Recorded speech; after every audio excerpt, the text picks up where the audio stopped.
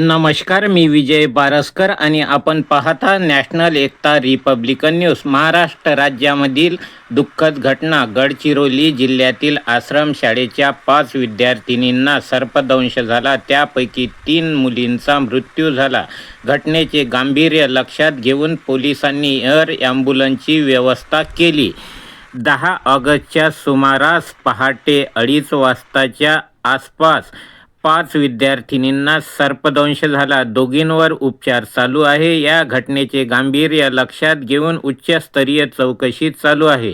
आदिवासी आयुक्तालयाचे नागपूर आणि नाशिकचे पथक घटनास्थळी भेट देतील आणि तपासणी करतील. ह्या विद्यार्थिनी आश्रमशाळेमध्ये खाली गादीवर झोपायच्या बेडची सोय नव्हती. अजून काय काय सुविधा नाही ते बघून कारवाई करण्यात येईल. जपतलाई गावातील धानोरा तालुक्यातील गडचिरोलीमधली ही घटना आहे. न्यूज बघण्याकरिता बघत रहा. लाईक, शेअर, सबस्क्राईब करा. नॅशनल एकता रिपब्लिकन न्यूज.